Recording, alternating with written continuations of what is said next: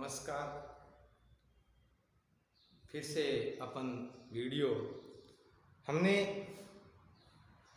आज जो हम पढ़ने वाले हैं वो है बहुपद।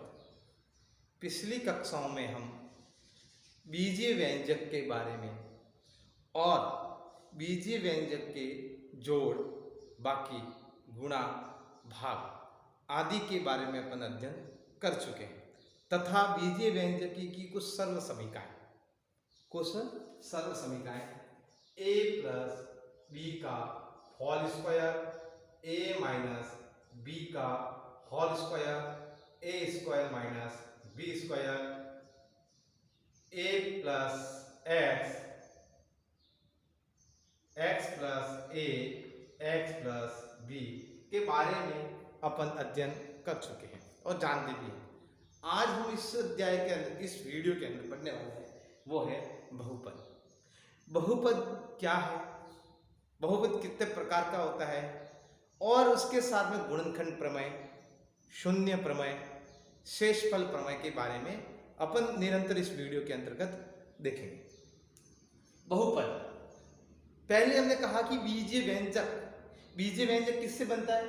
तो बीजीय व्यंजक जो है चर और अचर से मिलकर बनता है। चर तथा अचर से मिलकर बनता है। बात यहां करें चर क्या होता है, अचर क्या होता है। चर का मतलब होता है अज्ञात राशि। अज्ञात राशि का मतलब हो गया कि हमारा जो ये सर राशि है वो कोई अक्षर हो सकती है, कोई भी वर्णमाला हो सकती है, या कोई न कोई वो जो हमको ज्ञात नहीं है। अक्षर का मतलब है संख्यात्मक, अर्थात कोई न कोई संख्या, अर्थात हम बात करें तो वह होगी ज्ञात संख्या। जैसे मैंने लिख दिया 5x माइनस 13y, ये दो संख्या मैंने लिखी। इन दोनों संख्या की अगर हम बात करें तो 5x और माइनस के 13y, ये जो 5 है ये हमारा अचर पद है, ये हमारा अचर पद है। और जो ये x है, ये x जो है वो हमारा चर पद है। वो हमारा क्या है? चर पद। माइनस 13 अचर पद हो गया और y चर पद हो गया। यानी कुल मिला के चर व अचर ये जब दोनों मिल जाते हैं तब बनता है व्यंजक। और हम व्यंजक का एक ही विशेष प्रकार का जो होता है उसको हम कहते हैं बहुपद। व्यंजक का एक विशेष प्रकार का जो कोई भी बीजीय व्यंजक होता है, कोई भी एक बीजीय व्यंजक विशेष प्रकार का है, उसी को हम कहते हैं बहुपद। बहुपद जो है वो चर आधारित जो होता है वो 3 प्रकार का होता है। हम 4 प्रकार भी इसमें ले सकते हैं। पहला होता है एक पद्य, द्विपद्य, त्रिपद्य। 3 से अधिक हो जाता है तो हम उसको बहुपद का नाम देते हैं। वैसे सब बीजीय व्यंजक को हम बहुपद ही कहते हैं, तो उसको हम बहुपद का नाम देते हैं। एक पद्य का मतलब होता है जिसके अंदर एक पद हो। पद की बात हो रही है, चर आधारित है, पद आधारित, पद के आधारित है, ये पद आधारित है। तो अर्थात कहने का मतलब ये हो गया, एक पद्य का मतलब होता है जिसके अंदर केवल एक पद हो। एक पद से तात्पर्य है न तो जोड़ हो रही हो न गुणा। अगर जोड़ और गुणा भी होती है तो भी वह एक पद के रूप में हो। जैसे एक पद की हम बात करते हैं तो इसके अंदर जो है वो आ जाएगा जैसे 5x 3y 3xy। भले इसके अंदर चर पद दो आ गए x और y, लेकिन यहां पर केवल और केवल गुणा हो रहा है, जोड़ बाकी नहीं हो रही है। अगर मान लीजिए ऐसा ही कोई पद आ जाता है, जैसे हमने कहा 5x प्लस 3x, क्योंकि इसका भी x पद है, इसकी भी चर राशि x है, दोनों की राशि सेम है, इसलिए जो ये जो राशि होगी वह पूरा पद है जो वो 8x हो जाएगा, जो एक पद में होगा।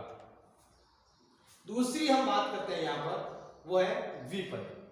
तो द्विपद के अंदर दो पद वाले बहुपद को, 2 पद होंगे इसके अंदर। कितने पद होंगे? 2 पद।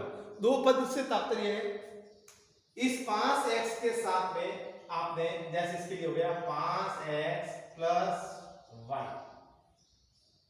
चर राशि 2 हो गई, एक तो x हो गई और एक y हो गई। लेकिन यहां दोनों के बीच में प्लस का चिन्ह है, दोनों राशि अलग अलग है, इसलिए ये द्विपद हो गया। अब ये इसको घात के रूप में भी हो सकता है, ऐसा कोई जरूरी नहीं है। जैसे हमने कहा 4x² प्लस 3x, तो इसकी एक घात 2 है और एक घात 1 है, इसलिए ये किसमें चला जाएगा? द्विपद में।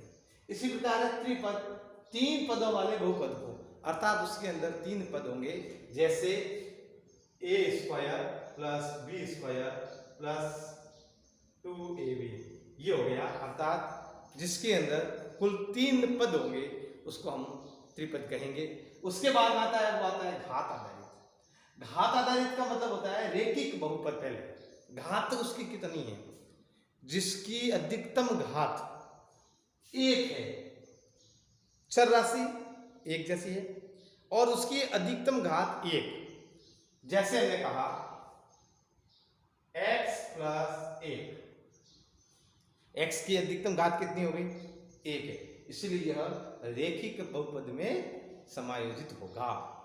रेखिक बहुपद में द्विघाती बहुपद, वही द्विघाती मतलब घात कितनी हो?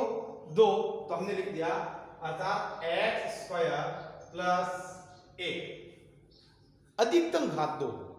इसी प्रकार त्रिघाती के अंदर अधिकतम घात 3 हो, जैसे 4x की घात 3 प्लस 3x प्लस 1, ये हमारा अधिकतम घात हो जाएगी।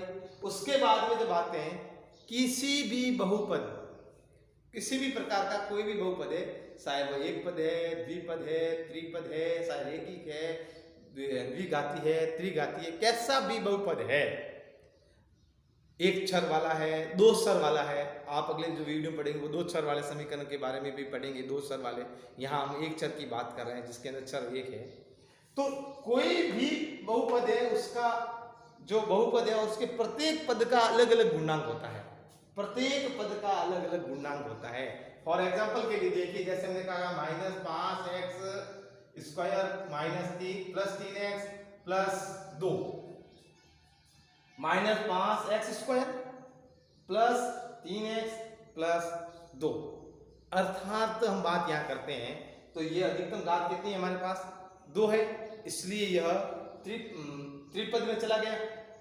और अगर हम बात करें इसके गुणांक की, तो x² का गुणांक क्या हो गया? -5, x का गुणांक है 3, और ये 2x की घात 0 का गुणांक हो जाएगा।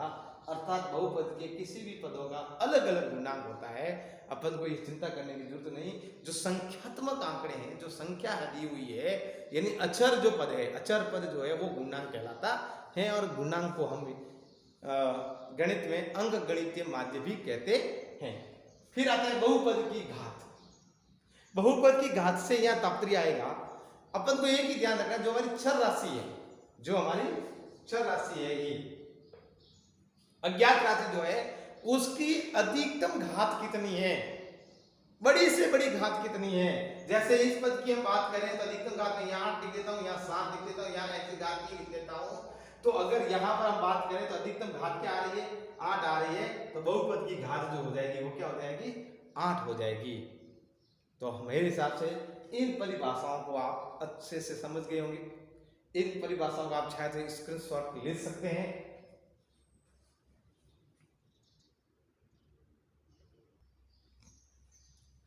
अब हम बात करते हैं बहुपद का शून्यंक। बहुपद के शून्यंक से यहाँ तात्पर्य है कि हम जो बहुपद लेते हैं उस पद का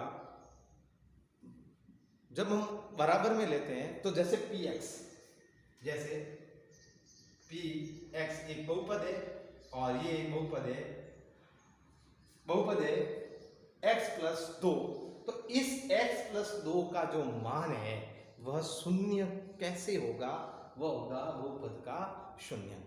अर्थात हम बात करें तो हम x का मान क्या रखें जिससे इस पूरे बहुपद का मान अर्थात px का मान, px का जो मान है वो शून्य हो जाए, px का मान क्या हो जाए? शून्य हो जाए, तो वह बहुपद शून्य का बहुपद का शून्यंक कहलाता है। जैसे यहाँ पर है px बराबर x प्लस 2, हम यहाँ पर जो है x बराबर -2 रखते हैं, 1 रखेंगे, 2 रखेंगे, फिर माइनस में सीधा -2 रखते हैं, तो बराबर हो जाएगा -2 प्लस के 2, अर्थात 2 से कट गए, इसे हो गया हमारा शून्य। तो अर्थात px का मान क्या आ गया हमारे पास, शून्य आ गया। तो हम कह सकते हैं कि x प्लस 2 का जो शून्य है वह -2 होगा। अगर हम यहाँ पर 1 लेते तो px बराबर x प्लस 2, x बराबर मान लीजिए हमने -1 लिया तो हो जाएगा -1 प्लस 2 अर्थात प्लस का 1। तो इसका मान शून्य नहीं आया, तो ये शून्यंक नहीं कहलाएगा, यह बहुपद का मान कहलाएगा कि भाई x का मान -1 रखते हैं तो उत्तर प्लस का 1 आता है। इस प्रकार इसका भी आप स्क्रीनशॉट ले सकते हैं। अगले वीडियो के अंदर हम जो है इसके संबंधित कुछ प्रश्नों को पढ़ेंगे। धन्यवाद।